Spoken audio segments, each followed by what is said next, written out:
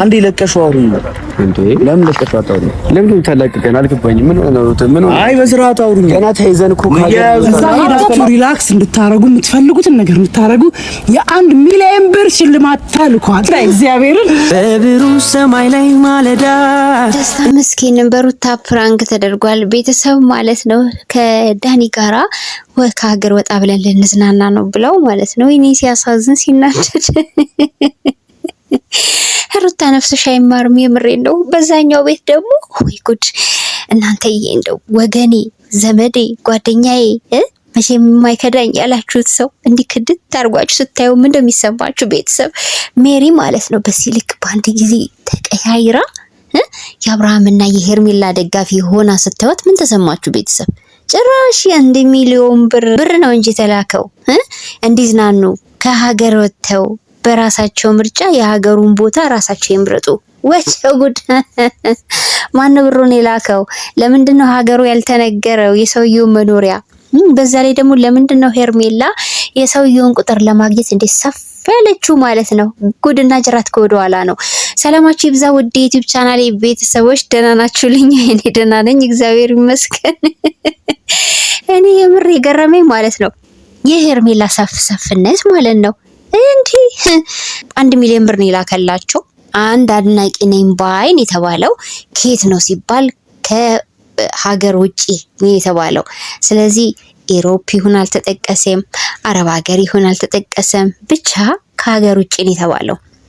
እኔ እጠረጥራለሁ። መጠረጥረው ልንገራችሁ፣ በአሁን ሰዓት ላይ ለሄርሜላና ለአብርሃም የሚያሽቃብጡ ምስኪን ፍጥረታት አሉ። ወደዚህ ወደ ቅርብ ሀገር ማለት ነው፣ ወደ ተሰደድንበት ሀገር ቤተሰብ። እኔ የጠረጠርኩትን ነው የምነግራችሁ። እና ይሄ የኮሌክሽን ገንዘብ ነው። አዎ ድሮም ሲደረግ ስለነበር ስለምናቅ ማለት ነው። እንግዲህ ምስኪን እህቶቻችን ምስኪን እህቶቻችን የዋሆቹን ያልኩት እነዚህ ጀግኖቹ ቤተሰቦቻቸውን የሚያግዙ ራሳቸውን እየቀየሩ ያሉትን አይደለም። እናንተ ክበሩልን፣ እናንተ ደጉልን፣ ተመንደጉልን ማለት ነው። ግን ቀልበቢሶቹ ልበቢሶቹ ማለት ነው እናንተ ጋር ነው ችግር ያለው አሉ። የምሬ ነው ቤተሰብ ያሉ እንደዚህ አይነት ሰዎች ማለት ነው።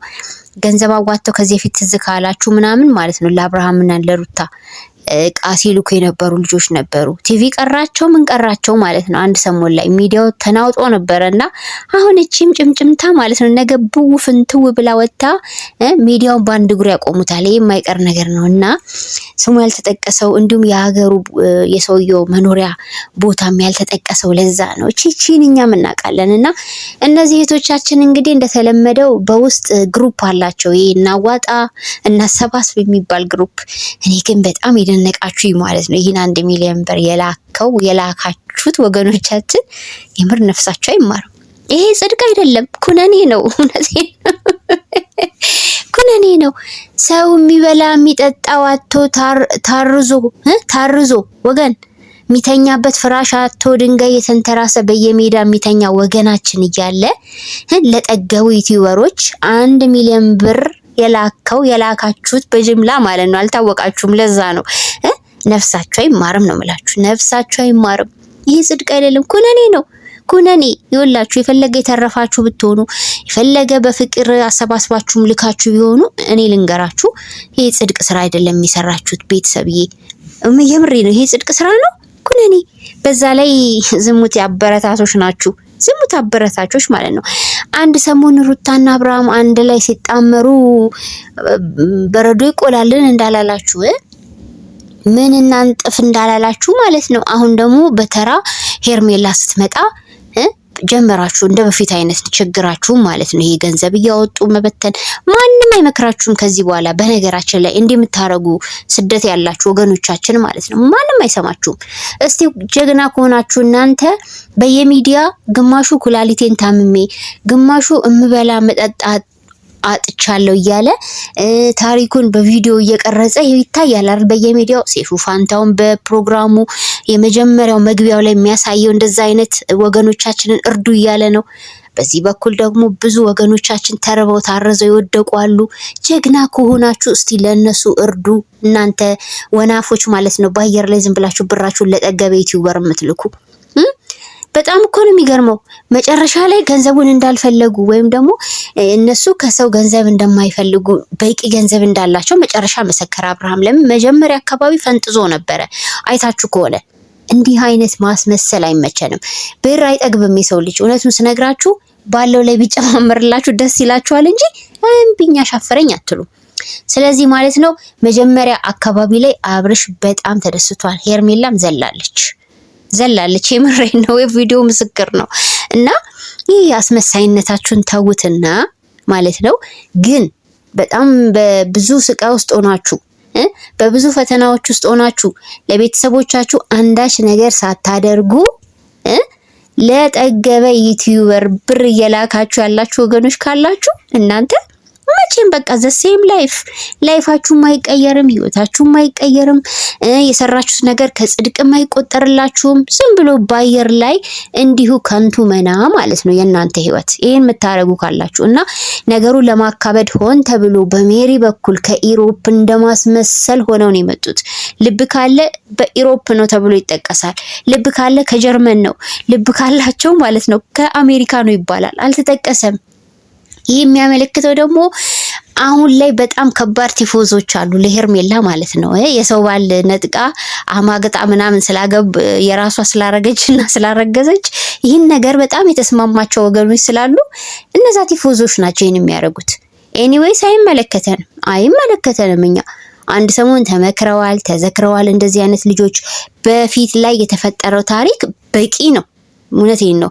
ሌላም ቆስቋሽ ምናምን ነገር ለነሱ አስተማሪ ሰው መምጣት አይገባውም። ህፃን ሆነው አይደለም ከሀገር የወጡት፣ ነፍስ አውቀው ነው ራሳቸውን ለማገዝ ቤተሰቦቻቸውን ለመቀየር ነው። ስለዚህ ወደሽ ከተደፋሽ ቢረግጡሽ አይክፋሽ ነው ነገሩ ማለት ነው። ቤተሰብ እንዴ ጭራሽ 1 ሚሊዮን ሌላስ የላችሁም? ለምን ትሪሊየን አላረከውም? ሰውየው በጣም ነው የሚያንሰው። 1 ሚሊዮን ምን አላት በዚህ ዘመን? ደግሞ ነገሮች ማለት ነው ስርስር እንዳይሉና ሰው ሌላ ትችት እንዳይሰጥ በወንድ አስደረጉት ማለት ነው ብር ላኪው። ኧረ እባካችሁ ሜሪ ጋር ሲሰበሰብ ከርሞ ነው። በቃ አሁንማ ሜሪ ቲፎዞ ሆናለች እኮ ለነሱ አይደለ? ባይዘዌ አንዳንድ ወገኖቻችን የሜሪ አካሄድ የሆነ ነገር አለው እያሉም የፈሩ አሉ። እንግዲህ እኛ እንዳየነው ሜሪ ወደና አብርሃም እንደተገለበጠች ነው የምናውቀው። በዛም ወጣ በሲም ወረደ። ሩታና ዳኒ ከዚህ በኋላ ሜሪን ለምንም አይነት አላማ ወደና አብርሃም በስውር ይልኳታል ብዬ አላስብም ማለት ነው በእኔ በኩል። ምክንያቱም ምን ለማግኘት ማለት ነው። አለቀ ደቀቀ እኮ በቃ አለቀ ደቀቀ። ሁሉም ነገር ሆነ ተከናወነ ብለናል ባለፈው። ስለዚህ ማለት ነው ግን ትገርማላችሁ፣ ባይዘው በጣም ትገርማላችሁ። የና አብርሃምን ደስታና የና አብርሃምና የሄርሜላን በጣም በልዩ ሁኔታ ባህልና ወጋቸውን ጠብቀው ስለተጋቡ ለነሱ ደስተኛ ሆናችሁ 1 ሚሊዮን ብር የላካችሁ ወገኖቻችን ቦጣ ይተካንበል እንዴ? ኧረ ለምን ይተካላችኋል? ጠግባችሁን የላካችሁት። ኧረ ወይኔ ቤተሰብ፣ ኧረ ወይኔ ዘንድሮ የማይሰማህ ጉድ የለም እኮ። ውሸት የውሸት መጨረሻ። ሁሉ ነገር ተጀምሮ እስኪያልቅ ውሸት ማለት ነው። በታምር ኢሮፕ ያለ ሰው እንዲህ ብር ማለት ነው ዝም ብሎ አይልክም። እኔ ልንገራችሁ፣ ስደት ያሉ እህቶቻችን እንኳን አብዛኞቹ እርዳታ ላይ የተሰማሩ ናቸው፣ ከአንዳንድ ልበቢሶች ውጪ ማለት ነው።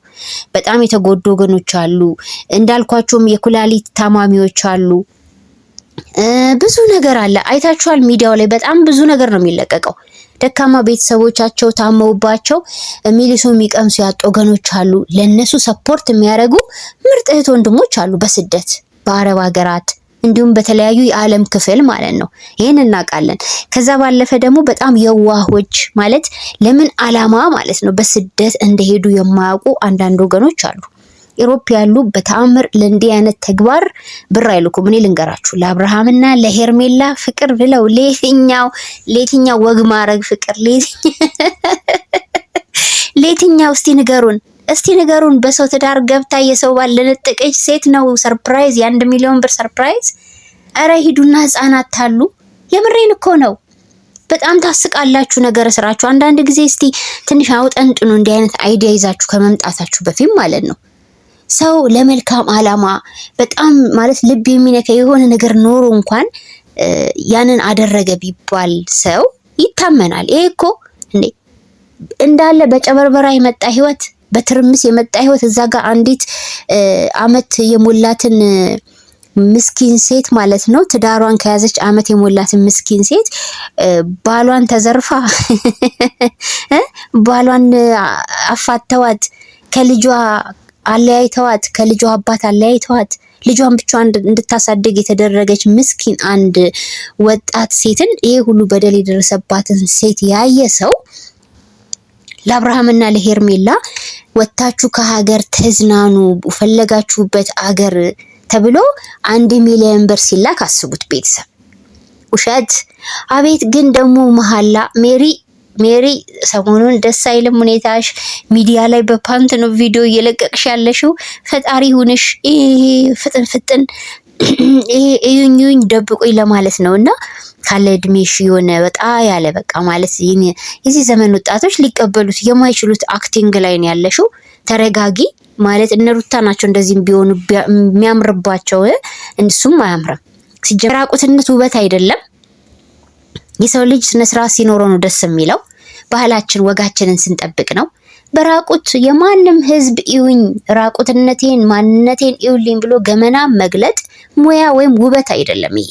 ይሄ ያሸማቅቃል። ከባህልም ከእምነትም አንፃር ይደብራል ማለት ነውና በተለይ ሜሪ ማለት ነው ወጣቶቹ እንኳን እንደዚህ አይነት ድፍረት ያለው አለባበስ ለብሰው አልወጡም እንዳንቺና ሰሞኑን በጣም ኦቨርአክት እያሳየሽ ነው። ተረጋጊ ነው የምንልሽ እኔ በራሴ በኩል ማለት ነው። ግን በዚህ ልክ ደግሞ ማለት ነው ፈጣሪን ስም እየጠራሽ ማለት ነው አትማይ። የምሬን ውሸትም በፈጣሪ ስም ሲጠራና ሲማል በጣም ይዘገንናል ለሰሚው። ለኛ በጣም ይዘገንናል እናንተ እንደዚህ አይነት ውሸት ስታወሩ ማለት ነው። ስለዚህ ውሸታችሁንም ገደብ አድርጉ። እንዴ ይሄን ያህል ምንድነው ሰክራችኋል እንዴ? በቁማችሁ ማለት ነው። ተኝታችሁ ስትነሱም ስካር ነው ህይወታችሁ ሳትጠጡ ማለት ነው። ኤኒዌይስ ቤተሰብዬ ማለት ነው በጣም አስቆኛል፣ አዝናንቶኛል። በጣም በቃ እንዴ ይሄን ያክል የህዝብ ፍቅር ተወዳጅነት በአጭር ጊዜ ውስጥ ይገኛሉ እያላሰብም እያለች አሟሟቀችው። ሜሪ እንዴት በእንደዚህ አይነት ነገር አክቲቭ እንደሆነች ማለት ነው አሰማምራ ለመናገር ችግር የለባትም። ግን ይሄ ብር ወጣም ወረደም አንድ ኢሮፕ የሚኖር ዲያስፖራ አይልክም። 100% ይፈርምላችኋል። አይልክም። የምሬ ነው። እነዛ ምስኪን እህቶቻችን ናቸው በሰው ቤት ተቃጥለው ስንት ነገር ፈተና በልተው የሚያገኟትን ሳንቲም ማለት ነው። የእነ አብርሃም እና የሄርሜላ ፍቅር እውነተኛ ታሪክ እየመሰላቸው ገንዘባቸውን የሚረጩት እነሱ ናቸው። ሌላ ማንም አይደለም። ዲያስፖራ እባካችሁ ምን አይነት ላይፍ እንደሚያሳልፉ ብታውቁ። እነሱ በእንደዚህ አይነት ጉዳይ ላይ አይከራከሩም፣ አይደራደሩም። ለምሳሌ እንዳልኳችሁም በእርዳታ በጣም አስፈላጊ ለሰው ችግር ለመድረስ ሲሉ ግን መስዋዕትነት የሚከፍሉ ናቸው።